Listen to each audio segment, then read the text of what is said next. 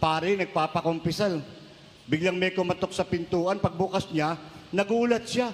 Lalaki yung kumakatok, puro dugo damit, may takmaba, puro dugo. Sabi ng pare, ba't puro dugo ka?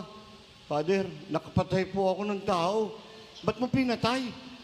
Father, nag-uusap lang naman kami, nauwi sa pagtatalo. Ayaw niya pong magpatalo, Father. Kaya pinatay ko na lang siya. Ano naman ang pinag-uusapan yung nauwi sa pagtatalo para maging dahilan para patayin mo? Pinipilit niya yung kanya, Father.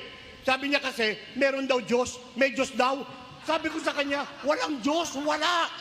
Pinipilit niya talaga ako, Father. May Diyos nga, may Diyos. Sabi ko, wala nga. Ayaw niyang tumigil, Father. Pinatay ko na lang siya. Ikaw, Father. Naniniwala ka bang may Diyos? Sabi nung pare, dati.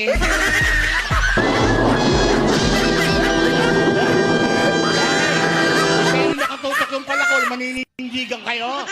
Ha? Kahit ako sabihin ko, chismis lang yan. Tatago na ako sa kumbento.